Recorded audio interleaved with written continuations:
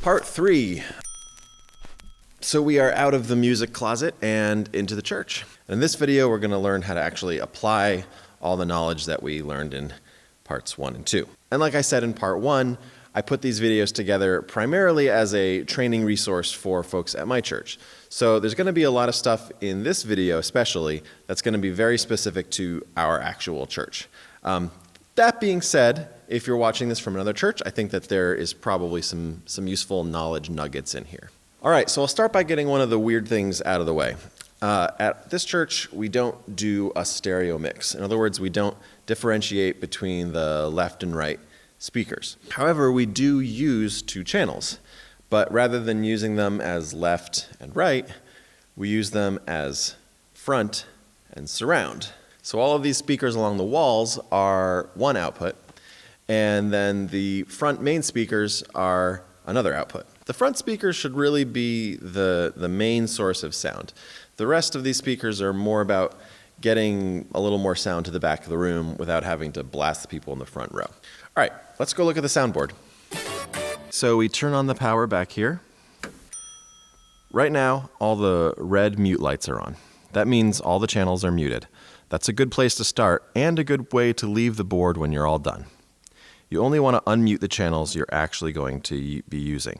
All right, let's take a brief tour of the channels and talk about what all these labels mean on our particular board. So there's 2 different mics on the drums, and they're mixed up by the drum cage, and then that one channel is sent back here. So this is the drum control. We've got bass, which is pretty obvious. It's labeled as bass. Act 1 is typically where the main acoustic guitar goes, is Act 1. If we have a second acoustic instrument or acoustic guitar, that'll go into Act 2. Then we've got electric, or elec, which is for electric guitar. So when we have electric guitar, that's where that goes. Then we've got piano and keys, which is a little confusing. Piano is for the actual real piano. And then the keys is the keyboard. All right, then that brings us to the Vox channels. We have Vox 1, 2, 3, 4, 5. Now, the way we've set it up in our current space is that these always go across the stage from left to right. So Vox 1 is the mic by the piano. Vox 2 is the mic by the keyboard. Vox 3 and 4 are the vocalist mics. And Vox 5 is by the guitarist. Okay, that brings us over here. We've got the lapel mic, which is actually no longer a lapel, but it is the mic that our pastor uses. Then you've got the handheld mic, which is this guy here, which is sometimes used for guest speakers or for other announcements and things like that. iPad, loops, and music. That is connected to the iPad that sits up here. And so that's for playing background ambient sounds during worship, and also for playing music before and after the service. And then this is the computer sound, which is at this point primarily used for our announcement videos. Then over here, you've got our left and right master faders out. So this is the front speakers, and these are the speakers on the wall. When the sermon happens, after the worship set is over, you definitely want to make sure that you mute the vocal channels especially, or any mics. It's not a bad idea to just mute everything except for the pastor's mic. Now let's talk about how our monitors are set up. Our floor monitors are controlled by the aux channel 2. So that's this one here. In other words, the sound going to those speakers sitting in front of the band's feet is adjusted by the aux 2 knob on each channel, and ultimately by the master aux 2 knob over here on the side. It's also labeled with a label that says stage monitors, so that's helpful. Aux 1 is a separate monitor mix, which goes to a wireless headset for our drummer, but it works in basically the same way. So if one of the musicians asks for more or less of something in the monitors, these are the knobs you're going to be adjusting.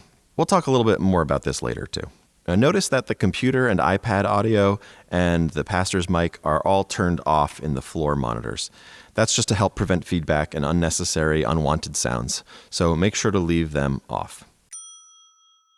Okay, let's talk about one of the most important parts of mixing, getting the initial levels set. Now, there's a few different schools of thought on how to do this, but I'm going to show you what I like to do, what I think we should do, and why. I don't know if this method has an official name. I like to call it the gain method. When you're setting the initial level, bring the gain, the knob at the top, all the way down. Bring the faders up to 0, which is also called unity. For starters, don't worry about the surround speakers. Just bring the front mains to 0 as well. And do your initial mix just listening to those. At first, you won't hear anything because the gain is completely off. But slowly bring the gain knob on the channel you're setting up until it sounds good. Do this with every channel you're using and adjust the gain knobs until you've got everything sounding generally okay. This is your mixing starting point. You can fine-tune the mix using the faders. Here's why I like this approach. The faders are not linear, meaning the farther away you get from 0, the harder it is to control the sound. So having this as a starting point is going to give you the most control. So if you were using every channel, your starting point would look like this, and you could really make subtle adjustments. And it's easy to just go back to square one if you need to. The other reason I like this approach is because the gain level is the only level that controls what goes to the aux 1 and 2 knobs. So for example, let's say a singer on Vox 3 was singing quietly last week, and we got everything set right for him or her. Now this week, the singer on Vox 3 is singing loudly. Well, you could just bring the fader down until it sounds right in the mix in the house, but the gain hasn't changed, and so the sound going out to the floor monitors is going to be a lot louder than it was the week before, and so they're probably going to say, hey, can you turn down so-and-so in the monitors? And so then you have to tweak the monitor levels as well.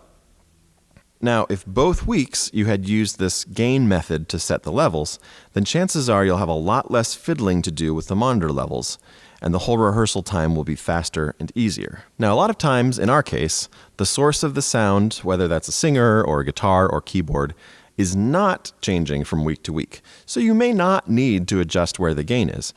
But the bottom line is, if it doesn't sound generally right with the faders set to 0, then our method says the first place to adjust is the gain knob at the top. Okay, last but certainly not least, let's talk about actually mixing. So with all of this set up correctly, a live mix should just be about making subtle adjustments with the faders around the unity area. Of course, you'll need to use your mixing know-how to get the initial gain correctly set as well, but the same rules basically apply. Rule number 1, listen. This might seem obvious, but it can't be overstated. Make sure you can hear each person and each instrument.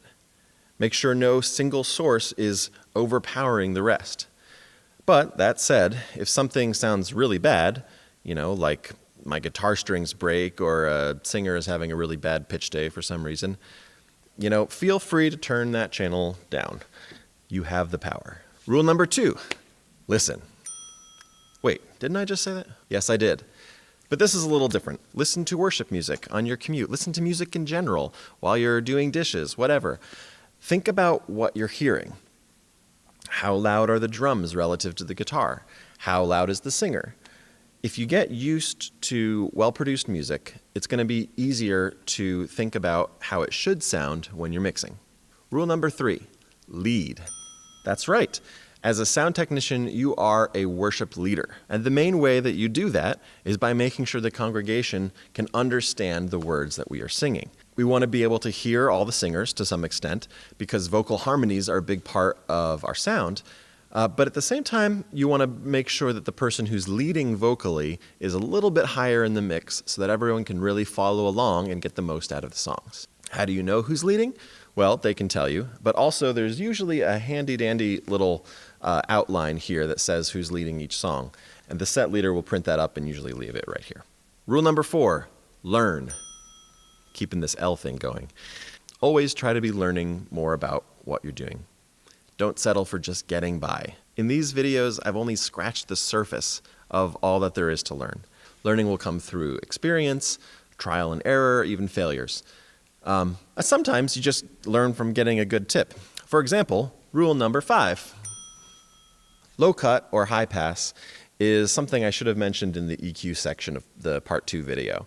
It's a little button at the top of the EQ controls, which when pushed in, cuts out a lot of the low frequencies. And that's really helpful, especially for vocal channels. On the contrary, you don't ever want to use low cut on the bass or on the drums because that low bass is a big part of that sound. And that brings us to rule number 6, lucidity. Okay, this was a real stretch to keep the L thing going, but what I really mean by lucidity is clarity, unambiguity. Is that a word? You want all the signals to be cooperating with each other and not competing with each other in the overall mix. In other words, you want each instrument to have a bit of its own sonic space. What does that mean? Well, for starters, if you feel like you're not hearing something, consider making other things quieter rather than just making what you don't hear louder. Also, with a little bit of rule number 4, learning, you can use the EQ controls to add clarity as well. Indulge me with another graphic. Imagine this box is all the sounds a human ear can hear.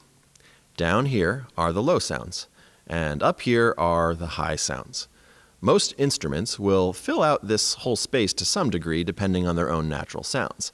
So for example, a human voice might have some lower frequencies in it, but mostly mid-range and some higher frequencies. While a bass would have a lot of natural bass to it, but also some subtle higher sounds as well.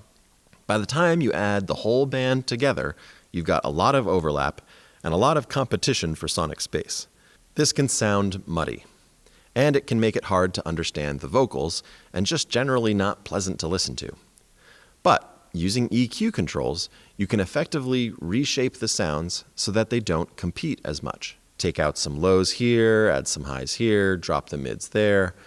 Now this would sound much more lucid, much clearer. Just don't go too crazy, because the EQ can also really mess up an otherwise good sound. Okay, I have gone on way too long, but that finally brings us to the end of Analog Mixing 101. I hope this is and will continue to be helpful and useful. There's so much I didn't even talk about. Compression, noise gate, effects, but I've taken up enough of your time as it is. Don't be afraid to ask me questions, and I'll see you later.